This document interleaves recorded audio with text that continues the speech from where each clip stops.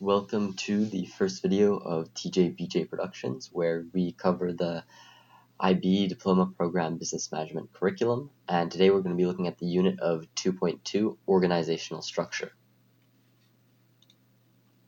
Now, to begin, what will this video cover? So we're going to be looking at some of the key terms that you need to know for this unit, and then looking at the different organizational types in a business.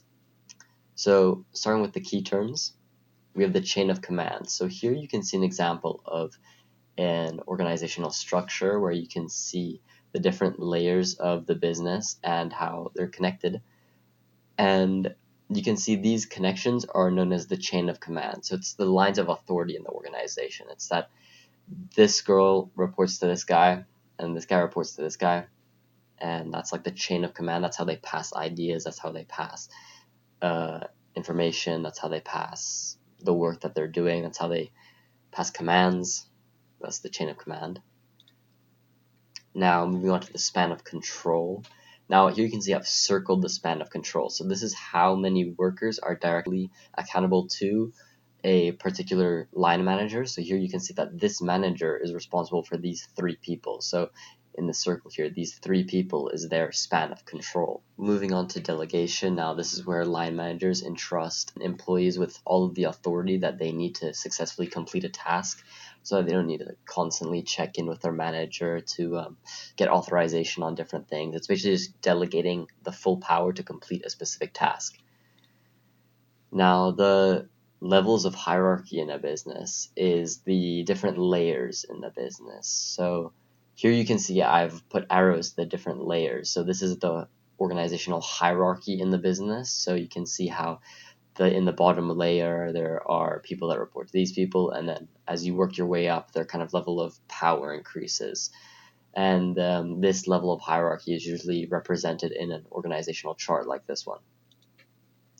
Now moving on to centralization and decentralization. Now for centralization, it's a situation in a business where the decision making is predominantly made by a very small group of senior managers at the top. So going back to this image, it would be like most of the decisions would be being made by this person in layer 1. Now decentralization is where it's much more democratic. It's where different people can give their different ideas, and decision making is kind of delegated throughout the business, instead of having like a very central authoritative group like at the top. Now delayering is when an organization removes one or more layers from its structure.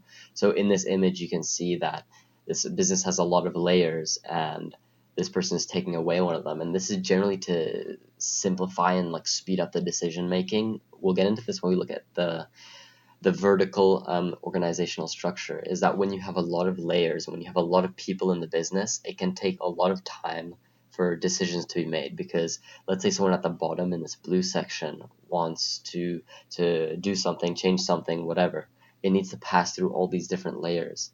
So by making the company flatter, by removing these layers, it can speed up the decision-making process. Now, moving on to the organizational types, we're going to be starting off with a flat and very horizontal organizational structure. So this is when an organizational structure has very few layers of management. This is when the management is spread out and the task is very spread out over the whole business. Like in this example, you can see that there's a CEO here, and the CEO has a lot of people under them, and they are responsible for a lot of different more specific parts of the business. Like here there's facilities, payroll, recruitment, and these are specific sections of the company for each one. So it's a lot more broad, and these people are responsible for these subsections of the business. Now, as we talked about before, a tall organizational structure is when there are a lot of layers in the organizational hierarchy, and as you can see in this image, that there is generally a lot fewer people in each layer. So it'll be like, this would be like the CEO, and then a few people below them, a few people below them, and it's not as kind of dispersed across the business. And then also some businesses will organize based on their product or the function or the region. So in this example, we can see one for the region. So there are different subdivisions of the company for each kind of region of the world. But then obviously this would also apply to like products or functions. So if there was like an HR section, an R&D section, stuff like that.